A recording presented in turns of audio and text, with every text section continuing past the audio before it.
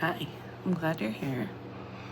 This is More Magic, my podcast that has to do with astrology, lately a lot of mythology. My name's Mary, I'm an astrologer, and I want to talk about Medusa in your chart. And I also want to talk about her mythology, which is my one regret from my Hecate episode, is I wish I would have gotten more into the myth itself. So maybe I'll do a part 2 so I can dive deeper into that. But today, Medusa. And this comes on the heels of Saturn and Aries going into retrograde. And I can't help but think that there's like an element of like anger and retribution that maybe comes with that. Aries being a warrior, retrograde's typically meaning more internal. But Saturn, right? Kind of the taskmaster, timekeeper, ultimate right and wrong. I can't help, authority in a way. I can't help but think that the more anger we release, the more retribution it demands. And that makes me think of Medusa, and I'll tell you why. So the myths vary, right? We have some that say she was always a Gorgon, some that say she was a gorgeous priestess who got assaulted by Poseidon and then punished by Athena, who turned her into a Gorgon, which is really fucked up, right? We're talking about some of the most OG victim blaming possible, right? So after this, Athena turning her into this, she's asleep in her bed with her sisters when Perseus comes to decapitate her. He's sent there, right?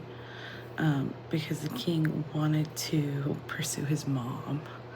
And so then he's sent on this mission and he's helped.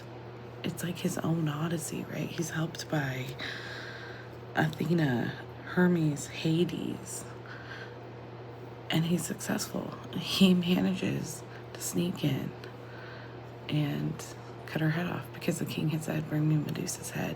And it was meant to be an impossible task just to keep him busy so that he can hang out with this guy's mom. And instead he gets all these help from other gods and is successful, right? Funny enough, it doesn't end up very well for that king. Interestingly though, when her head is severed, out of it comes Pegasus, winged horse, and Chrysaor, I might be saying that wrong, but a giant warrior.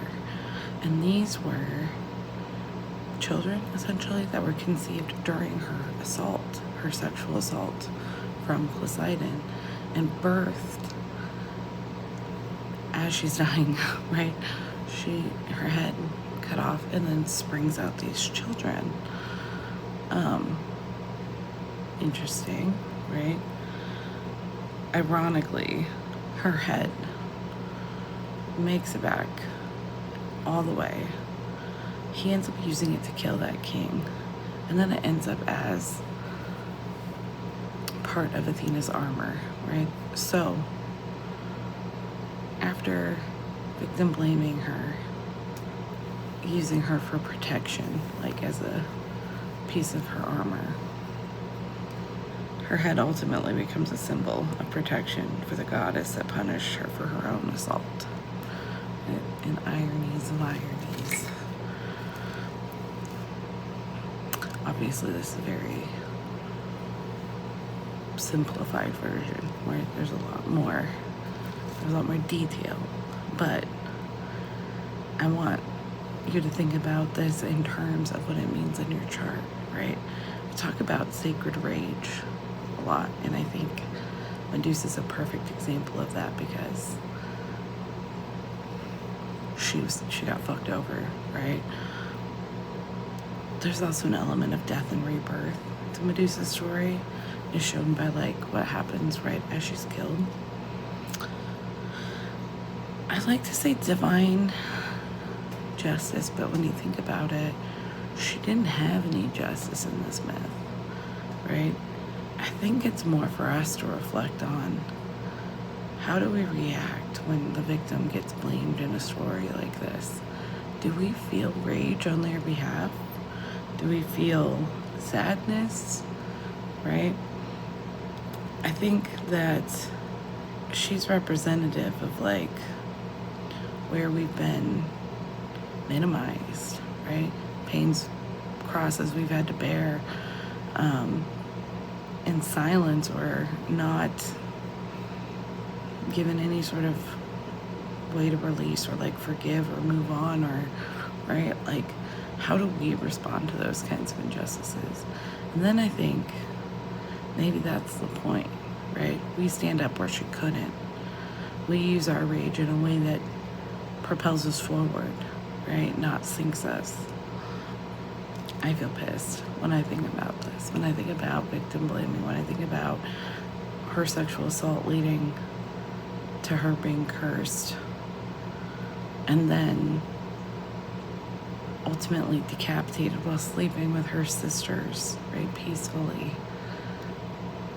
Having children in that moment, and then also being put to use in a way to protect somebody who wronged you. It just makes me feel anger, right? I feel pissed. And I wonder if that's a little bit of that sacred rage, like that she should kind of stir in us. And where we see that in our chart, maybe it's a place that we could show more of that, right?